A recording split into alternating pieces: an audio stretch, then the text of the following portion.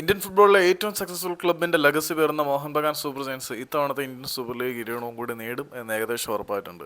ഇന്നലെ അവർ ഒഡീഷയെ തകർത്ത് വിട്ട് നിങ്ങളെല്ലാവരും കണ്ടിട്ടുണ്ടായിരിക്കും. മോഹൻ ബഗാന്റെ ചോരാത്ത ഗോൾ വല അവരിടയ്ക്കിടയ്ക്ക് ചോർന്നാലും ആർക്കും വലിയ പ്രശ്നമൊന്നുമല്ല. കണ്ടില്ല, ഇന്നലെ ഒന്ന് ചോർന്നു, അതിൻ്റെ ഫലമായിട്ട് അവർ ഒഡീഷയുടെ നെഞ്ചത്ത് അടിച്ച് കൂട്ടി കൊടുത്തത്.